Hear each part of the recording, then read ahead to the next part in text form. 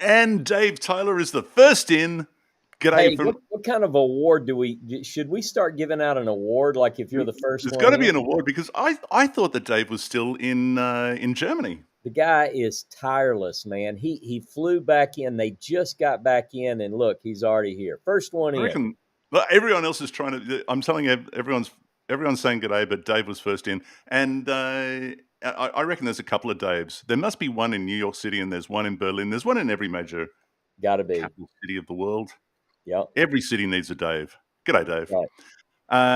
Peggy and Mark and Marlene and Stephen and Lee and Peggy twice. There's two Peggys too. How about that? All right. Hey, look, Now, let me go ahead and just say that they're going to need a document. I put it in the description of this video, but I also posted it. It should be in the chat now. You'll see rossknichols.com/blah, blah, blah, blah, blah. Click that link, and then you take us where we're going to go tonight, Jonah. Talk to me. there we go. G'day to Patty and Sue. Everyone is coming in real quick. I just lost my place in a book here. Hang on a second. All right. Hey, while he's looking for that, hello, everyone. Thanks for joining us. Tonight is going to be fun. I don't know, Jono, I don't know what anyone else could possibly be doing tonight that would keep them from being with us. I just don't know what it is. I'm telling you. So this is an exciting one. What we have been doing is going through the Ten Commandments in not just the text that we're used to, Deuteronomy and Exodus, but going back to documents that are much older than the ones that the Leningrad Masoretic Codex text, that we rely upon for our Bibles. And what do they say? What do the really old texts say? We're comparing them, and they're all a little bit different, and it's fascinating to have a look. Of course, within those ancient texts, we're including the Moses Scroll and seeing how that compares as well. We are up to what many scholars refer to as the big three: theft, murder, and what else? Adultery. Or is it in that order? This is the question. What are the differences? How are they represented in these ancient texts? We're going to get into the theology of these ones individually at a later time. We were going to do it this week, but something happened, Ross. As I was getting into reading up on the first one, as it appears, at least in the Moses Scroll, which is you shall not kill your brother, the soul of your brother. It says you shall not kill the soul of your brother. I was reminded of a book that I read or began to read some time ago. This one here. Can you see it? I see part of it. The Ten Commandments in Recent Research by Johann Jacob Stamm and Maurice Edward Andrew. Now, recent research is actually 1967 in this case, but fascinating nonetheless. I mean, really is very good. And one of the things that piqued my interest when I was reading through this was that they quoted a scholar by the name of Robust, who posed that perhaps it wasn't 10 commandments, maybe it was 12, and he put forward, based on, substantial, it was a detailed theory, a dodecalogue. Yeah. And within that, when he got to this one, he said, you shall not kill, what was it? You shall not kill a man in his soul. He added into that. And I thought, well, that's fascinating. Where did he get the idea that should be there in his soul? And it led me to try and figure out what his reasoning for that was, but unfortunately it's all in German, and so tough luck for me. Wait. Don't just blow by that, Jono. I think you did mention this at one time in a private conversation we had, but send me the link to that. I certainly don't know German, but I'm taking German in Duolingo, and it's fun for me, and I can at least use Google Translate or something. Let's figure this out, because there is a book, because that is close to the reading in the Shapira manuscript. It's close to the Shapira, that's right. So why would he feel that should be added? It just piqued my curiosity, and we have to revisit that. That's for another time. Okay. But the book is in German, and it's early mid-1900s. Anyway, as I was looking into it, nevertheless, to see if there was some sort of English translation or whatever, just Googling all over the place, I happened upon another article that was talking about the Ten Commandments, obviously, in ancient texts. And it said, hey, you know what? There are phylacteries that were discovered at Qumran that have the Ten Commandments in them. And I thought, hey, we're doing the Ten Commandments, and I know we have the All Souls from Qumran, but do we have the Ten Commandments from the Phylacteries? Now, just for everyone, in case you don't know, the Phylacteries are the box that you wear on your head. So it's a literal rendering of you shall, they shall be as frontlets between your eyes. And you got some there? No, You're I reaching. don't. I thought But you were what going I to put was some on no, and no, bind them but on your hand. I was You've seen. getting. Wait, Jono, just real quickly. You put. I'm going to let you finish, but you put me on to this idea about Ah, where are why didn't you include, Ross, the phylactery Dead Sea Scrolls? So I spent a couple of days chasing this rabbit trail. So go ahead. yeah. And I'll Now tell I you. got into that. I flicked it into you. I hit the ball into your court because I was looking for that too. Or where is the copy of the Ten Commandments in the Qumran phylacteries? I want to know. I want to see them. Apparently they exist. I must be able to read some of it. There must be fragments or whatever. So I'm interested to see what you've discovered because I couldn't find it at the time.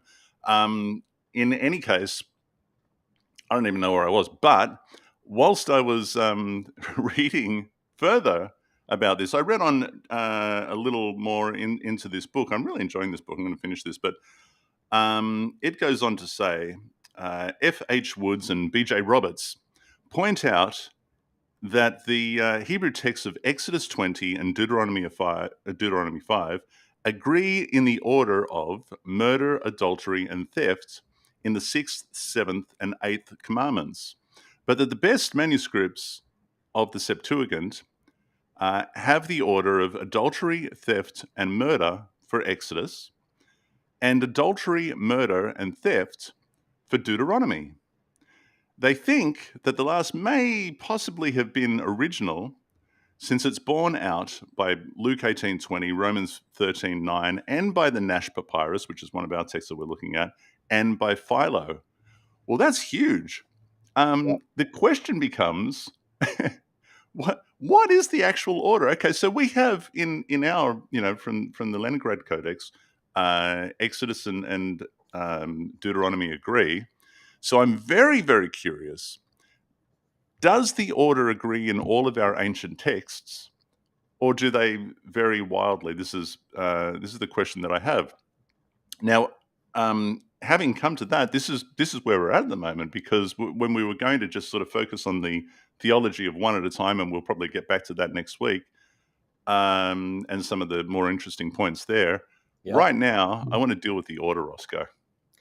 Yeah, so great lead in. I tell you, you threw this, as you say, into my court, and then you were busy working on other things, and Mm, this consumed about 2 days of my life.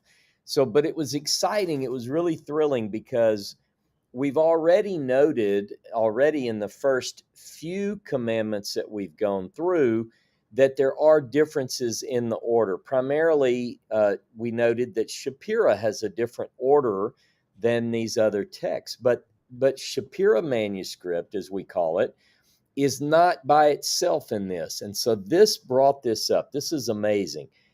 I didn't really know this because I've never really done a full-blown study where I tried to incorporate every ancient text. I mm, thought I did a pretty good job until you mentioned the phylacteries. So I have an extensive library on the Dead Sea Scrolls. This two-set volume, the Dead Sea Scrolls Study Edition by Martinez and Tig Chalar, I guess. I'm not sure how you pronounce that name, but sorry if you're listening, Dr. Tig Chalar. But anyway, so what I did was I started looking on some academic websites to try to find everything I could find about this. And the first thing that I found is one of my new favorite biblical scholars by the name of Sydney. Let's see, where did I write that? Sydney White. She was on the article. This is an earlier document she wrote with her maiden name. It's Sydney Ann White. But she wrote an article on thetorah.com. And it was about the many different recensions of the Ten Commandments. And a section of that article, I'll pull it up and post it in the comments, mentioned not only these phylacteries, but it talked about the big three. Now, this is why I threw the curveball at you tonight. While you were sleeping, I changed things up and I said, let's talk about the order. And here's why. So let's start with the chart, and I'll explain as we go, because we'll bring up 3 phylactery manuscript strips that contain the 10 words, or a portion of the 10 words. So 3 of the phylacteries, they were able to take fragments of the 10 words from Qumran. Just That's before we right. continue, and while everyone's opening that document, which is at the bottom of the thread here, there's a link to this document that Ross has prepared. G'day to David. He said at the Karaite synagogue in the Old City, the man in charge said that it was their custom to display the 10 commandments on the doors instead of the mezuzah, the rabbinical mezuzah. Yeah, Yeah. that's right. And here's one I prepared earlier. Just a little 10 words mezuzah. In Yep. fact, on the front of my house, the doorway is a 10 words mezuzah from the Karaite synagogue. So good place to visit. Yes, here we go. Yeah, so let me bring up one other point. The first thing that I didn't find Cindy White's paper right off the bat. The first thing I found was the thing I held up by Schiffman and Vanderkam, and it deals specifically with phylacteries and mezuzot. And here's what it says under, I want to read one little paragraph here. The passages found in the phylacteries from Qumran. Remember now, the Hebrew, the phylacteries is a Greek word, but the Hebrew, they're called tefillin, right? So it says the phylacteries from Qumran and those specified in rabbinic sources are basically the same. What texts go in these documents? Here they are. Exodus 13, 1 through 10, Exodus 13, 11 through 16, Deuteronomy 6, 4 through 9, and Deuteronomy 11, 13 through 21.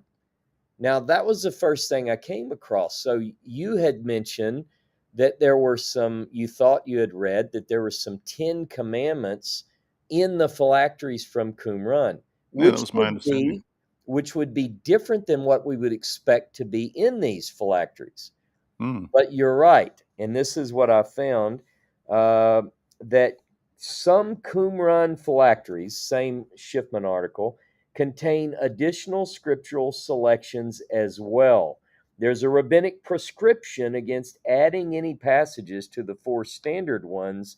But then as I kept reading, it did mention that among the additional passages in some Qumran phylacteries, the 10 Commandments, which according to Talmud 5:1 was recited daily in the temple, along with the Shema, and it goes on and on. So now we're talking about documents that date back to ancient times. And so I wasn't surprised that you were right. I was surprised that it was so difficult to find. It wasn't it. It is really difficult to find. And then you would ask yourself, well, hang on, if they've found a copy of the 10 Commandments from Qumran in phylacteries, can we not see them? Are there variants? Is there difference in order? Why isn't there a copy available for what they can read in these phylacteries? Could you find, g'day to Christo, did you find any transcriptions of that? I didn't find the transcriptions yet, but I Oh, wanted to. I man. still Why wanted to is talk. this? I don't know why it's so difficult, but I just pulled these off the shelf, and I don't know if they contain. I have all of the biblical manuscripts that come from Qumran in Hebrew, and I even have it on my iPad. But I don't know yet if the phylacteries and the mezuzot are in this document, but I'll know that by next week. However, I did find in Cindy's article, I'm calling her Cindy like I know her. She's a professor. But what she did say is this. Let's focus on the old Palestinian group. And I want to read the footnote. Now, hopefully people have downloaded this document. If they haven't, they can do it. For the usage of the phrase Old Palestinian in the document that I referred called the All Souls Deuteronomy and the Decalogue from the Journal of Biblical Literature, summer of 1990. She includes the following. Mm-hmm. All right. Exodus and Deuteronomy's 10 words, Mm-hmm. according to the Masoretic text and the Samaritan Pentateuch. So we've been going through all 4 of these versions in our list of 7, right? Mm-hmm. And the remember, the order we're talking about is murder, adultery, theft. So everything in everyone who's watching us in your Bible, that is the order in Exodus and Deuteronomy: murder, adultery, theft. It's also in that order in the Syriac Peshitta, the Targum Onkelos, which for those of you that don't know, Onkelos is if you find an Orthodox Chumash, if you went to a synagogue and you pulled out an Orthodox Chumash, you would see Onkelos, his commentary in there. So when Onkelos quotes the order, he uses the same order. The Latin Vulgate, same order: murder, Mm-hmm. adultery, theft. Here we go, Jono. 4QDeutn, which is our All Souls Deuteronomy. That's one of the 7 Mm-hmm. that we're looking at. Get this: 3 phylacteries discovered at Qumran. Okay, so they're all from Cave 4. They're called 4Q phylactery, Phyl, B, G, and J. Mm-hmm. Several Septuagint manuscripts, and also, and we're going to read some of these in a minute, Josephus Antiquities. And then listen, the Gospels in Matthew chapter 5, Matthew chapter 19, Mark chapter 10, verse 19, and the Shapira manuscript all follow what is called in academic circles the Old Palestinian order.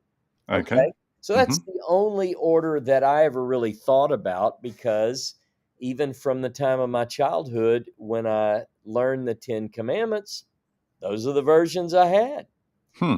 But there are more we're going to get into in a few minutes. So why don't we look at how about we read Exodus chapter 20 and Deuteronomy 5 just to show that order? And while you're going to Exodus and Deuteronomy, I'm going to open up Josephus. There we go. Good old Josephus. All right, so 20 verse. You'd think I'd have this open. Here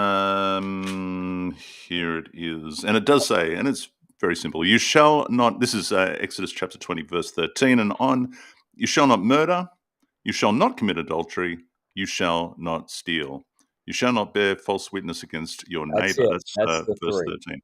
So there we have.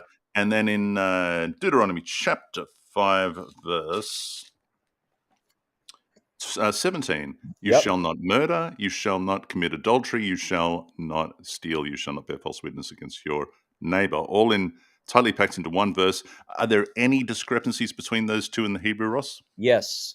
The discrepancy that exists between those two, and we'll tear into this more in the upcoming Next classes. week. Deuteronomy differs from Exodus in that it adds a conjunction. It's that simple. Okay. You shall not murder. Deuteronomy and. treats it, and it says, and you shall not murder, and you shall not commit adultery, and you shall not steal.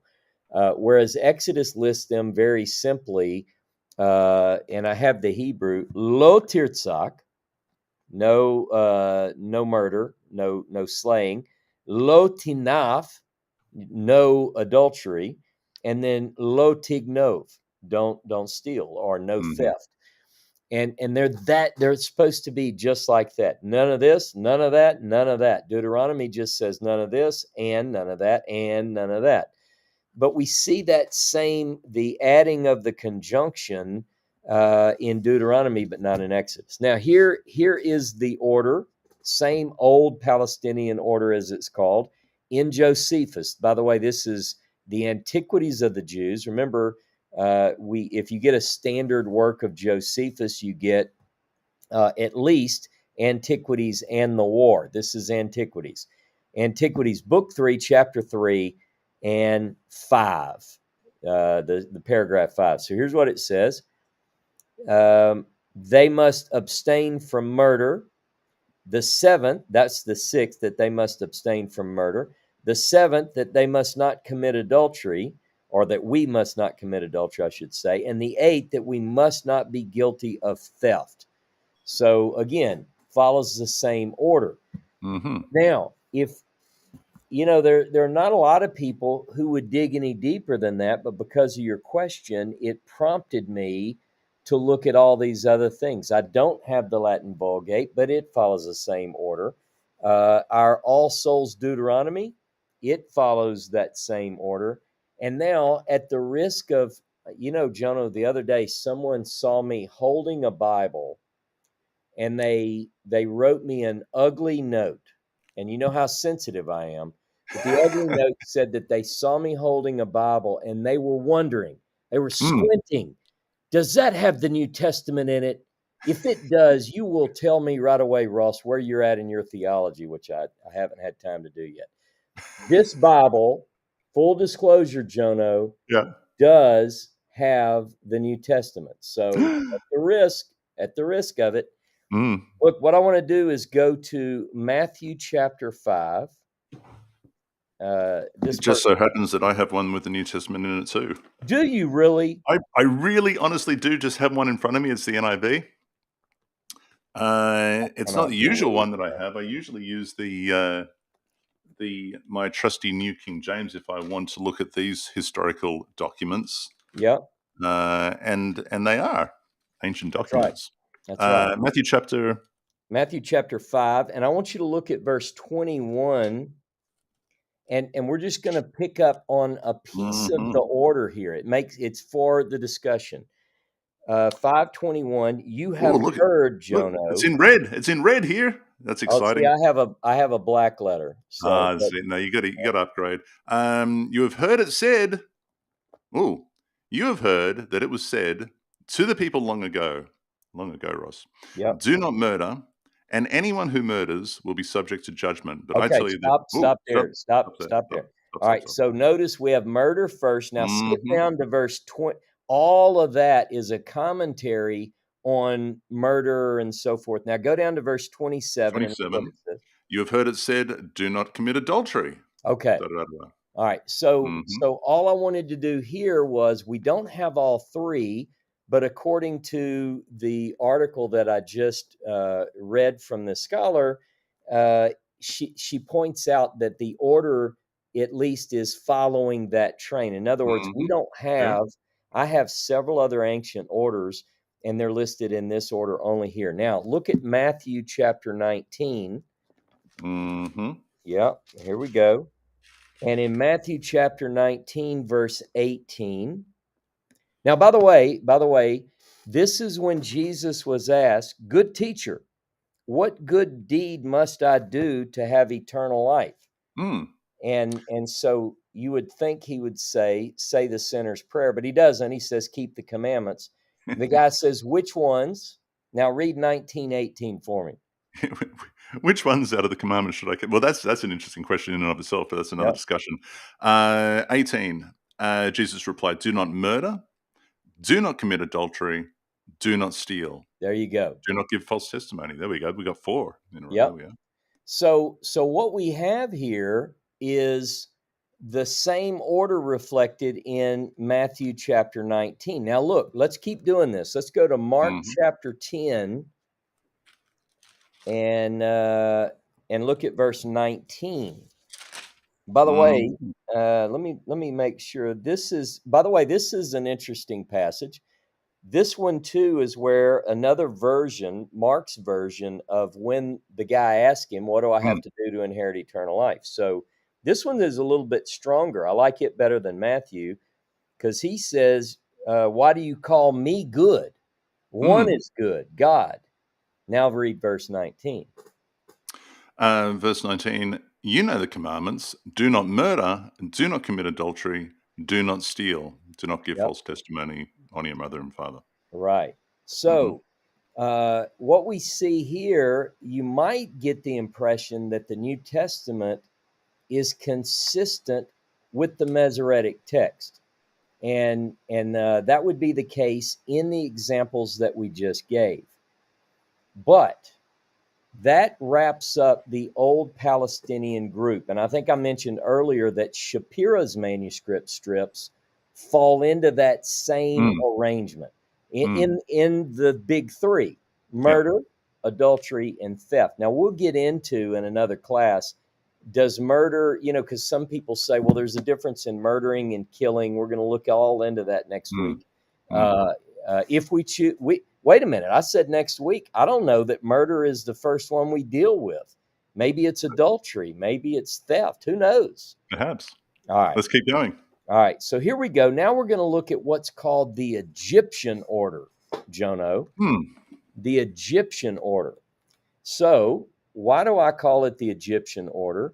Because the prominent texts which use a different order than what we have in the Palestinian order are from Egypt. The Nash Papyrus is from Egypt. The Codex Vaticanus. Now, let me just touch on this for a minute. The Codex Vaticanus is the oldest version of the Bible in Greek, the oldest complete Bible in Greek, and it was discovered in Egypt, and it's dated based on paleographic, based on the language, the letter forms, to the 4th century of the Common Era. So it's an ancient text. It follows the Egyptian order. Philo follows the Egyptian order. The Nash Papyrus follows the Egyptian order, and some New Testament texts, which we're going to read in just a minute, and hopefully it doesn't upset anybody. But anyway, so you just read a quote that a certain scholar suggested that this might be the original order. Didn't you say that because of the Nash Papyrus? Yeah. So that was the let me see here if I can find that again. So that adultery, murder, and theft. They think that that may be the correct order, the original, since it is borne out by Luke 18:20, which are the New Testament text I guess you're going to, and Romans chapter 13 verse 9. Is that correct? Right. But also Nash Papyrus and Philo, right? Yeah. Now, by the way, let me give this scholar, because I said she was my favorite scholar now, and just today. In fact, I emailed her, and I didn't tell her that because I didn't want her to think I was stalking her or anything. Our new friend, Sydney. Sydney White Crawford. That's the name she goes by now. I've already looked at her academia page and looked up her the books and things that she's written. And Jono, you and I have to check out her material. She is right up our alley with this kind of stuff. And has she got a lot of articles on the Torah.com? Oh, yeah. Mighty fine website, that one. Yeah, that's right. Yeah, by the way, we should recommend that to our viewers. If you haven't checked out thetorah.com, you really need to. It's good. Okay, so old Palestinian group order, murder, adultery, theft. But here, adultery is listed first, and then murder, and then theft. So let's look at what the Christian text says in Luke 18:20. By the way, this is yet another of the synoptic versions of the old chap asking Jesus, what do I have to do to inherit eternal life? Luke 18:20. Well, this is what it says. A certain ruler said these things. Okay, so verse 20, you know the commandments. Do not commit adultery. Do not murder. Do not steal. Do not give false testimony on your mother and father. Okay, so we have adultery, murder, steal. Now, by the way, when we look at ancient texts, Jono, whether we're dealing with, when scholars look at the New Testament, the synoptic parallels, and or if we're looking, you and I do a lot of this when we're looking at the Pentateuch. You compare stories in, say, Exodus with Deuteronomy, and you're looking for consistency. This is what the scholars did. Now, if you have a harmony of the Gospels, if someone out there has one of those, and they look at, they're going to find the section that deals with rich young ruler asking Jesus about eternal life. In all of those accounts, you have Mark chapter 10, Matthew chapter 19, Luke chapter 10, Luke chapter 18. All of those deal with this singular question, but they have differences in them. This is called critical study of a text. So when you just read Luke 18, it's the same story where the guy asked Jesus, what do I have to do to inherit eternal life? The order is different. Now we're going to look at the book of James. Oh, James. Yeah. Hang on, I flicked to, let me just quickly read Romans because I saw this Oh, one yeah, here. do that. That's right. Romans 13, verse 9, a bit of Pauline goodness. Paul is my middle name, by the way. The commandments: do not commit adultery, do not murder, do not steal, do not covet. So there we go. So we have commit adultery, murder, steal. Now we're going to the book of Yaakov. Yep. And this is another case where we don't get all three, but I'll read this one. I'm already there. Go for it. In James chapter 2, verse 10, for whoever keeps the whole law but fails in one point has become guilty of all. For the one who said, don't commit adultery, said also, do not kill. If you don't commit adultery, but you do kill, you've become a transgressor of the law. Right? So if somebody goes, you said, well, Jono, you just murdered that person. You said, well, at least I didn't commit adultery. You're like, well, I mean, still, you're still a transgressor. That's his point. Right. But notice, the order, now it doesn't give the third. It doesn't mention steal. I guess he's already made his point. But he follows that order. So that particular order, yeah. Yeah. So now, does that mean that he's appealing to an ancient text that follows the Egyptian order? I don't know, but it is fascinating to me. Let's talk just for a moment about the Nash Papyrus, this ancient text that is believed by many to be a liturgical text used for like maybe instruction in the ancient synagogue. The Nash Papyrus does have this order: adultery, murder, theft. So it doesn't agree with the Palestinian. But isn't it interesting that the three main texts that come from Egypt follow the same order? And that would make sense to me because the scribal records that they're using are coming from that order. So that's kind of interesting. Very curious. All right. Now, we've brought up before that it's curious that in the Pentateuch, we have Exodus 20 and Deuteronomy 5 that give the 10 words. Now we've also mentioned that maybe Leviticus 19 and Exodus 34 are variations of that. But isn't it curious that once you leave the Pentateuch, you never get the full list again? Yeah, that's right. It is bizarre. You and I have discussed this before. It is very, very odd, particularly for the central, as we emphasized at the beginning of this series, the central revelation narrative of the entire Bible. Without this, there wouldn't be anything. This is the point where it begins, and it's the platform from which everything else jumps off. It is bewildering that we no longer have a rendition of the 10 words going forward in the prophets or in the writings, even in the New Testament, Josephus, anywhere. It's just like a full.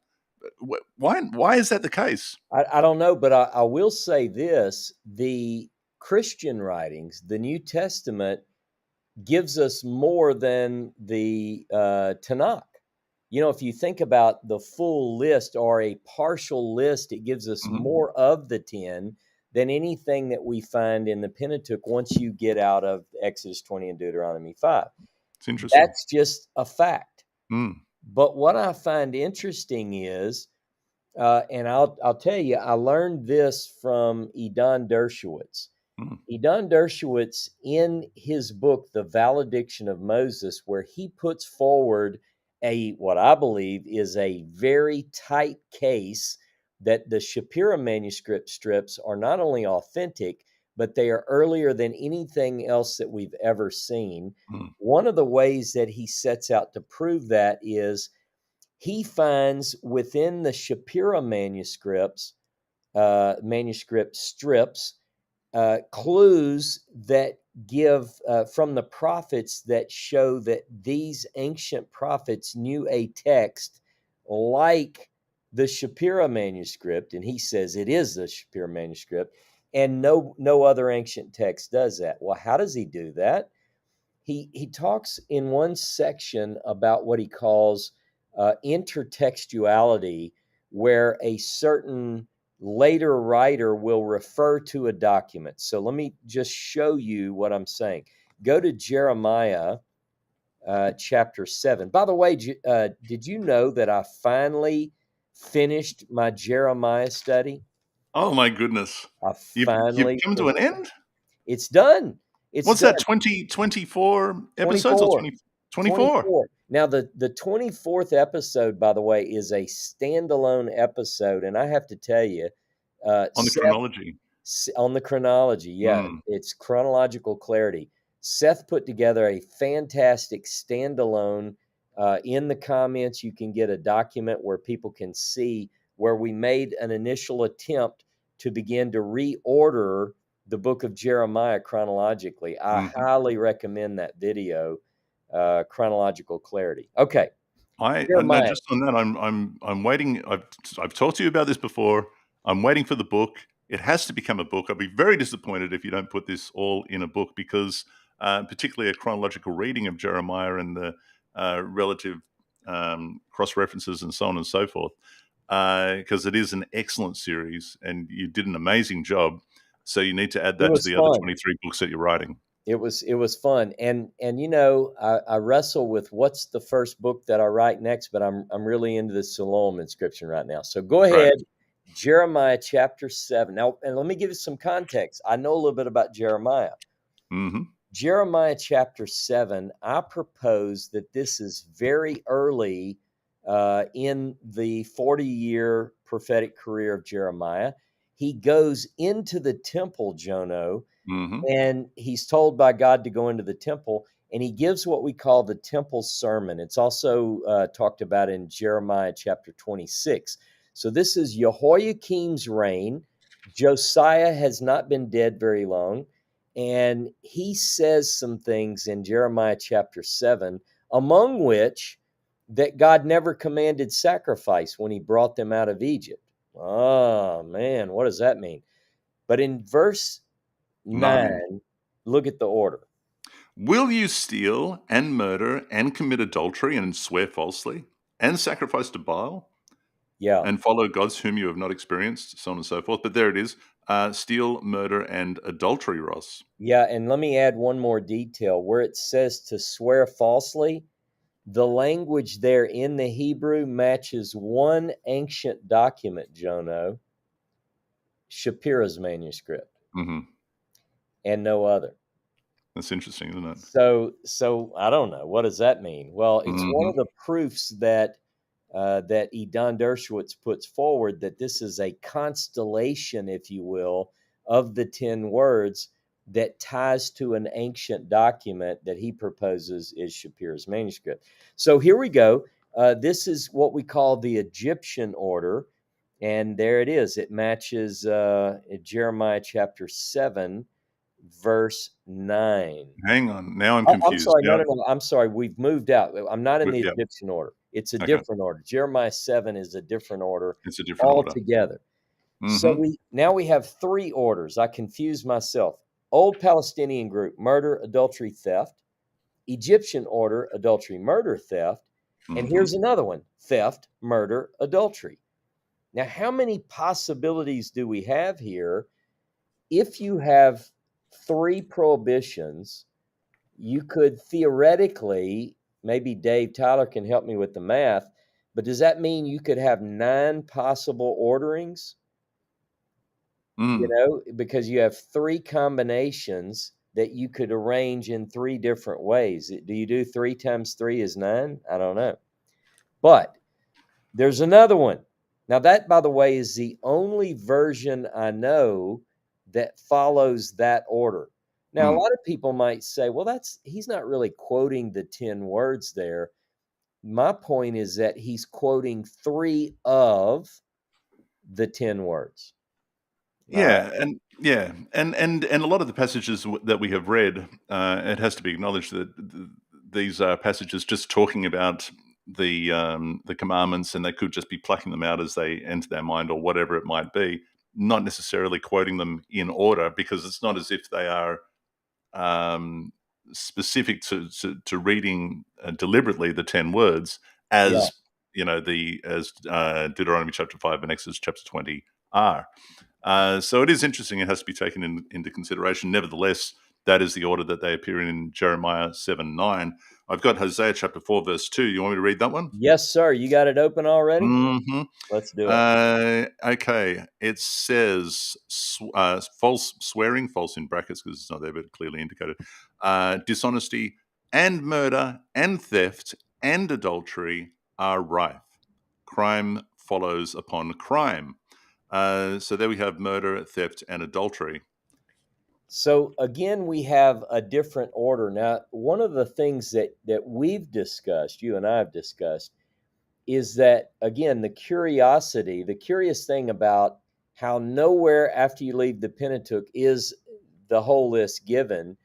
Could these authors be going off of memory? And that's what some of the scholars have proposed, is that they're simply trying to recall the original list.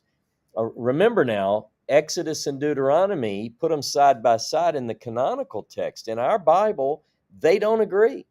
And then you add the complexity of bringing in the Greek, the Nash Papyrus, the Dead Sea Scrolls, and you get this list of possibilities. Now, what do you think? What does your gut tell you? Because we're kind of to this point. What do we think the order is? And what should we do about going forward? Because next week, we're going to pick one of these and we're going to talk about it. Well, to me, it seems like if we're going to go with the body of evidence, that the old Palestinian group has it in its favor, I think. Yeah, And I what do think you think? I think you're right, and I think that most of the ancient witnesses do follow this order, and I think because of that, that's the order that I would go with. And even if you look at, even if someone is a Christian or they give credence to the New Testament text, most academics in the field of New Testament studies will say that Mark is the earliest source. And you'll notice that Mark chapter 10, verse 19 also falls into this order. So even if, and also Josephus, Antiquities. So I think that I, at least, have to go with that order. Now, here's the bottom line, as the book of James puts it, it doesn't matter which order they're in. If you break one, you break one. You know what I'm saying? So just don't break them no matter what. Don't murder, don't kill, don't steal, and don't commit adultery, no matter which order they're in. But let's go with the order found in the old Palestinian group: murder, adultery, and theft. And we're going to talk next week. We're coming up on 45 minutes, which is really good. I'm not going to just stop it right away. There we go. But I will say this. We're going to talk about this idea that a lot of people have said, that the word for murder is different than the word for kill. In other words, the commandment is lo tirtzak. Now, some people would say, don't kill anybody, never, never, never. And then they say, but that doesn't make sense in the Bible, because in the Bible, you have certain things. If little Johnny commits adultery, you could take him out and stone him to death or whatever. Well, I thought you said don't kill. Well, they distinguish. But let's look at this idea and see if the root word of lo tirtzak Does it really mean murder? Can we distinguish? And does the Hebrew Bible give us any indication? Do we have prohibition against, what do we do about manslaughter versus meditated murder and things? Mm-hmm. Mm-hmm. What All right. else, Jono? We are going to get into all of those details next week. There's also a bunch of questions that we've been getting. G'day to Matthew Serres, I think his name is, who was asking, do we know anything about the early life of Moses? We may touch on that sometime in the very near future. It's a really good question. As you mentioned, there is the question. We always get the question, what is your go-to Bible? What is your actual go-to Bible, Ross? Just quickly, give it to us. Yeah, I tell you, I like personally a couple of different Bibles. In terms of the text, I use the Jewish Study Bible Mm-hmm. and the JSB, Jewish Study Bible. That's it. Mm-hmm. You can buy it in different formats. You and I both own the version 1. They now have put out a second edition, Mm-hmm. and I don't know if I own that or not. I can't remember. I probably do, but I'm Great so study note. used. I had the first edition rebound, so it's kind of hard for me to give up on that one. Right. Now, I like the part that I like about that Bible is the notes. And your friends, is Yeah. it Bretler that's a friend of yours? Bretler, I think, is largely responsible for those. Mark Bretler, yeah. Yeah, Excellent stuff. fascinating. It's got beautiful Oxford maps.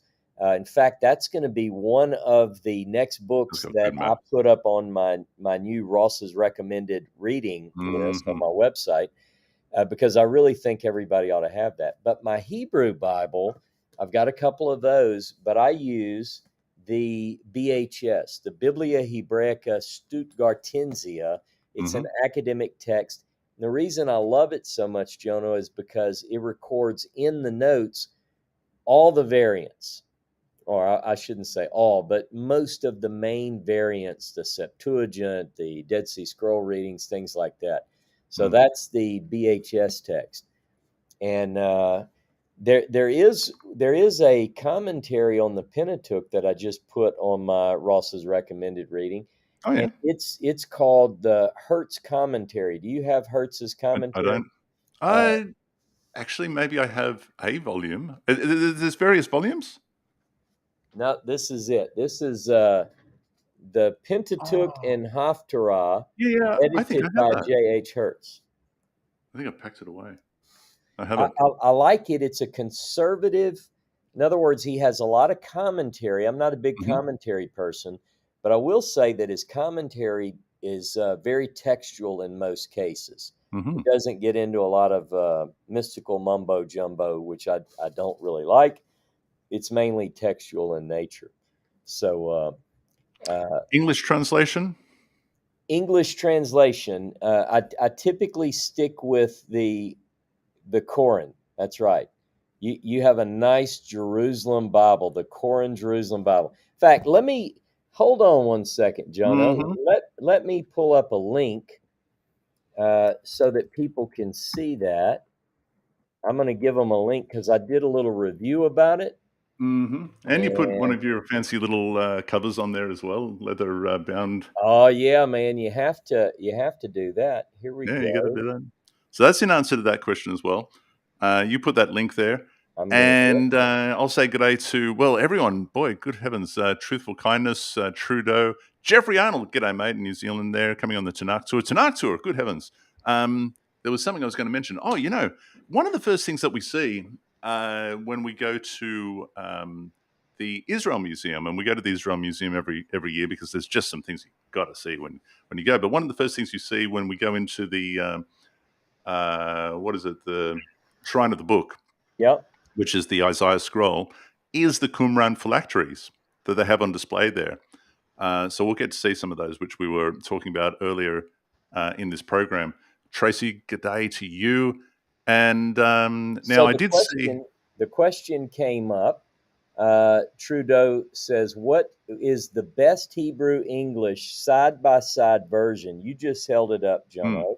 mm, In my opinion, it correct. is the Qumran text, and I just posted the link here. I'm going to put it up on the screen. If you go to my website right here, the link is in the chat. you'll see that this is the one I recommend. That's a review that I did on it. It's got a link. So feel free to check that out. But this is really a good translation. And again, it's got the Hebrew right there beside it, and it's very nice. A quick good day to Timothy Daly, who always asks excellent questions. We won't have time to get into this one right now, but how do you view the similarity between the way they're written, the Caesarean vassal treaty and the commandments? Going to have to get back to that one. It is an excellent question. We can get into that, but next week I think we'll focus on lo tirtzach, typically translated either "you shall not kill" or "you shall not murder." Which one is it? Now that we've got the order, I think, straight, and we've exposed people to at least 4 different orders. This document, it's kind of handy. I put this together today, and well done. And yeah, you can pull that up and check it out. There it is. The Tanakh tour, boys and girls, the Tanakh tour, there's still room, 2 legs to the ultimate Tanakh tour this year. The first being Egypt and Jordan, the second being Israel. You can do both, and or you can do one, or you can do the other. If you do both, you'll get a $100 combination discount. We're kicking off on the 31st of October in Cairo, and it of course has an Exodus theme throughout. Looking forward to that. And there's still room for you. We would love for some of the viewers to come and join us. We're going to have a great time. Look, one more thing, Jono. I just posted one more link on my website. Our main website is tanakhtours.com, but I've uploaded at this link, rossknichols.com/Israel-tours, the itinerary. Oh, you're giving away some itinerary I'm there, Ross. telling you that, All but right. I only gave them the Egypt-Jordan itinerary. There you We go. still have room on the tours, both tours. So if you want to spend 2 or 3 weeks with Jono Vandor and me, hey, jump on the bus, man. Going to be great. www.tanakhtours.com, T-A-N-A-K-H, tanakhtours.com. And now that you've finished Jeremiah, before we go, what are you moving on to? Okay, now get ready. This coming week, this Saturday, I'm premiering. You remember how we met, Jono, years ago? I had done a class called Following Jesus Out of Christianity. And I left that, and my faith is based solely in the Hebrew Bible. That was years and years ago. But the audio and video quality, nobody's fault, but we just didn't have the good equipment. We didn't, the audio was really bad. So Seth and I put that in the ticket next. So we did that one. It's going to be premiered Saturday morning. It's a different class altogether. I didn't just use my old notes, Jono. I went back in time and I redid this because I want to reach a whole new audience with that this coming Saturday. And then I've got some really good Tanakh-based teaching coming the following week. But we spent so much time on this video. I think it's going to be good for people. First of all, if they're in Christianity, I think it would be good for them to watch for sure. Yep. But I also think that it's something that people can share with their Christian friends and just say, hey, check this out. So, yeah, Following Jesus Out of Christianity this Saturday is going to premiere 10:30 a.m. on Saturday. What's the date Saturday? Do you know? I have no idea. It will be the 17th, I think. Okay. All right. This Saturday, 10:30 a.m. It's on this YouTube channel. You can't miss it. Subscribe to the YouTube channel. You can join the YouTube channel. All kind of fun stuff. I think we're done. Are we done? Man, is that all the announcements? I hate to tell them bye, but let's do it. We'll see them next week. How about this time next week, you guys? And until then, have a great week. Shalom, shalom.